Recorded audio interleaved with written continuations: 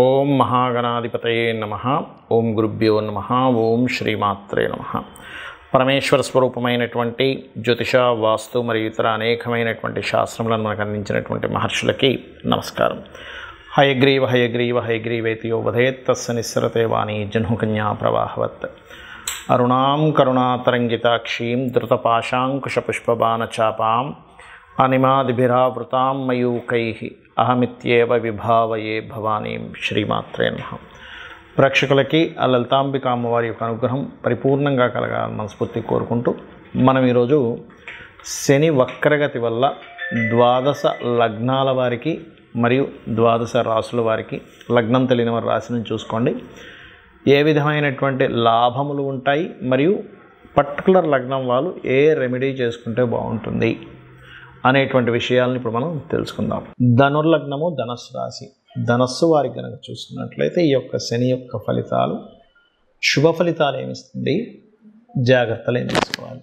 శుభ ఫలితాలు కొంచెం సర్క్యులేషన్లో ఉండే మనీ వస్తుంది, కానీ మనీకి సంబంధించిన కొంత స్ట్రెస్ కూడా ఇస్తూ ఉంటుంది. మూడో అధిపతి రెండులోకి వస్తున్నది. మరి ఇంకా మిగతా విషయాలు ఏమిటి అని చెప్పి చూసుకున్నట్లయితే ఇక్కడ కొన్ని కాంపిటీషన్ రిలేటెడ్ వాటి మూలంగా కొంత ధనయోగము, ఉద్యోగ అవకాశాలు, గతంలో ఎటువంటి అవకాశము లేదు, అసలు ఒక్క ఉద్యోగ అవకాశం కూడా రావటం లేదు అనుకునేటువంటి వారు కాస్త ఉద్యోగ అవకాశాలని పెంచుకునేటువంటి క్రమం పెరుగుతుంది. ఉద్యోగ అవకాశాలని, వివాహ సంబంధించినటువంటివి అయితే ఈ మధ్యకాలంలో మీకు వివాహ సంబంధించినటువంటివి ప్రయత్నాల్లో ప్రధానంగా గవర్నమెంట్ జాబ్స్ చేసేటువంటి వారు, మార్కెటింగ్ రంగాల్లో ఉండేటువంటి వారి యొక్క ప్రభావం ఎక్కువగా ఉంటుంది.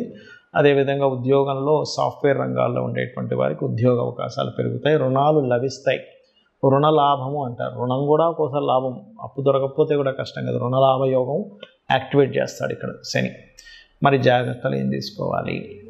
ఏదైనా కాలేజ్ ఎస్టాబ్లిష్ చేసేటప్పుడు, స్కూల్స్ ఎస్టాబ్లిష్ చేసేటప్పుడు కరెక్ట్ అయిన నిర్ణయం తీసుకుంటున్నామా లేదా, సరైనటువంటి ప్లేస్లో పెడుతున్నామా లేదా, సరైనటువంటి పేరు దానికి పెడుతున్నామా లేదా, ఏదైనా వాస్తుదోషం ఉందా, సహజంగా ఏదైనా భూమి గృహము తీసుకునేటప్పుడు అనేటువంటిది పర్టికులర్గా చూసుకోవాలి. ఇది గుర్తుపెట్టుకోండి.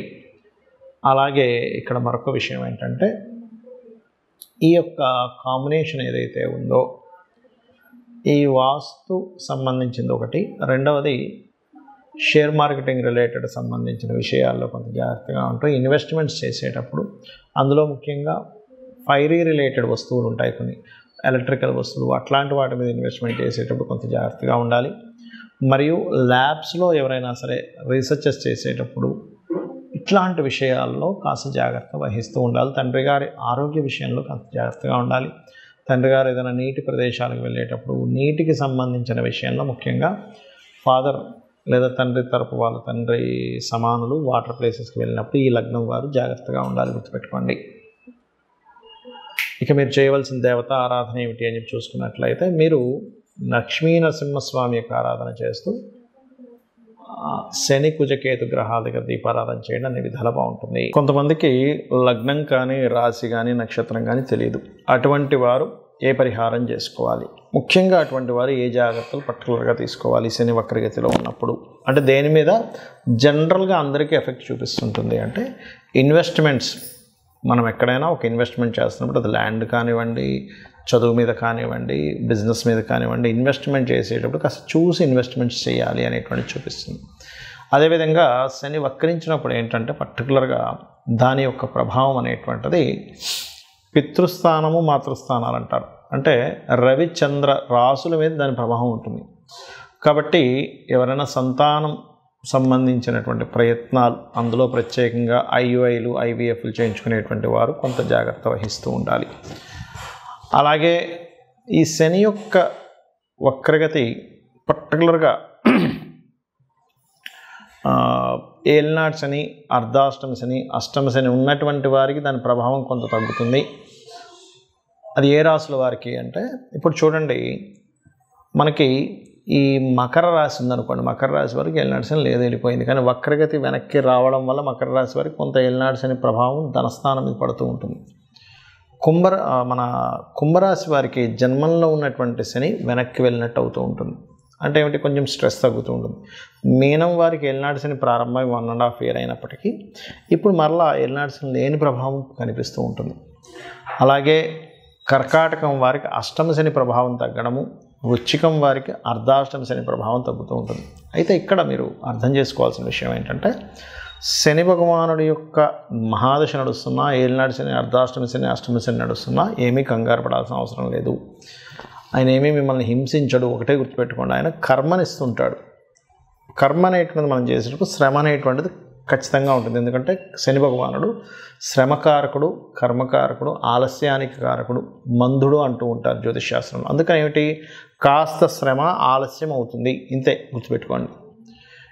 మనం చూడండి, ఏదైనా ఒకటి ఇన్ఫర్మేషన్ ముందే మనకి ఇది ఇప్పట్లో రాదు, కొన్ని రోజులు టైం పడుతుంది అని ముందుగా మనం ఫిక్స్ అయ్యామనుకోండి ఏదైనా ఒక విషయంలో, మనం అప్పుడు ఇబ్బంది పడం. అలా కాకుండా ఈరోజే వచ్చేస్తుందండి మనకు ఆ రిజల్ట్, లేకపోతే ఈరోజే మనం దాన్ని మనీ ఇస్తాను, వ్యక్తి ఇచ్చేస్తాను అన్నాడు అన్నప్పుడు మాత్రమే అది రేపటికి పోస్ట్పోన్ అయితే మనం స్ట్రెస్ ఫీల్ అవుతాం.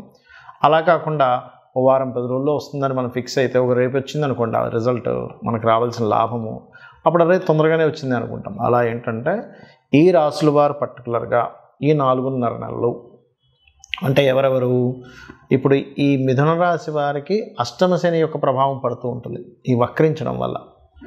అలాగే తులా లగ్నమ తులారాశి వారికి అర్ధాష్టమ శని ప్రభావం పడుతూ ఉంటుంది, ఏది పంచమంలో శని ఉన్నప్పటికీ వక్రించడం వల్ల. మరియు ఈ యొక్క ధనస్సు వారికి ఏలినాటి శని ఎండింగ్లో ఉండే ప్రభావం పడుతూ ఉంటుంది వక్రించడం వల్ల.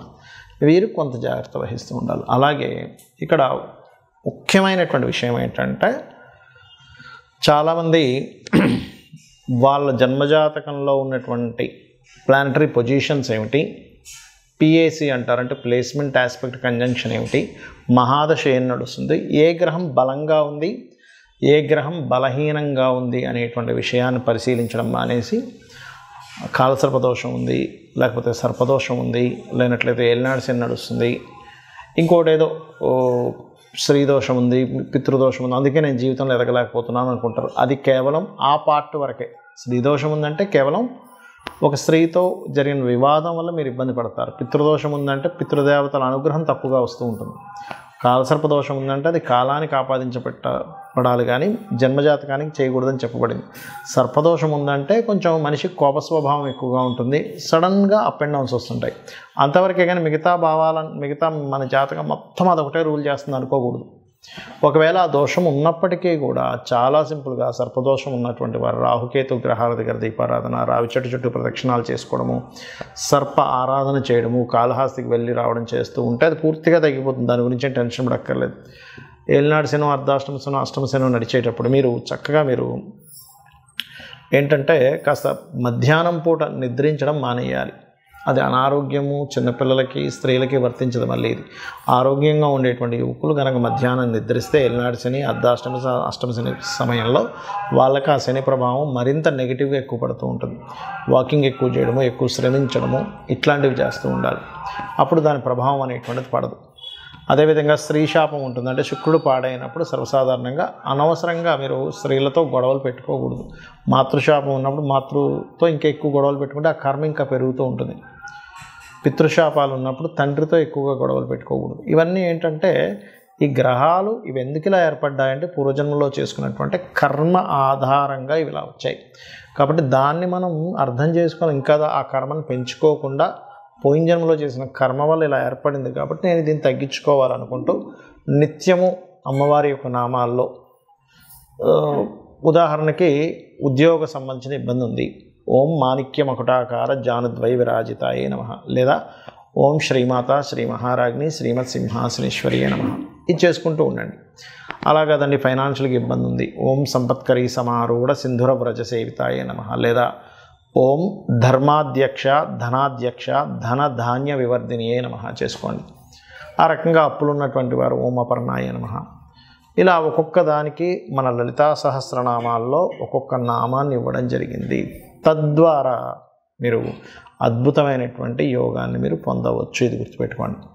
అలాగే మరొక విషయం ఏంటంటే ఇక్కడ ఈ యొక్క రాశి అంటే ఇప్పుడు మనం చెప్పుకున్నటువంటివి ఏవైతే లగ్నము రాశి ఉందో మీ పర్సనల్ చార్ట్లో మీ లగ్నరీత్యా ఏ కాంబినేషన్ ఏర్పడింది, దానికి ఏ దానం ఇవ్వాలి, సింపుల్గా ఆ గ్రహానికి దీపారాధన చేయడం ద్వారా కూడా మీరు క్లియర్ చేసుకోవచ్చు ఒక మంత్రం ద్వారా. అంతేగాని అమ్మో నాకు ఈ మహాదశ నడుస్తుంది ఏదో అయిపోతుంది అనేటువంటిది పెట్టుకోకండి. కర్మ చేస్తూ ఉండండి, మీ పని మీరు చేసుకుంటూ ఉండండి, భగవంతుడికి సమర్పిస్తూ మీ పని మీరు చేసుకుంటూ ఉండండి. ప్రతి విషయాన్ని భగవంతుడికి సమర్పిస్తూ మీరు కనుక చెయ్యగలిగితే అద్భుతమైనటువంటి ఫలితాలు మీరు పొందుతారు. శ్రీమాత్రే నమః.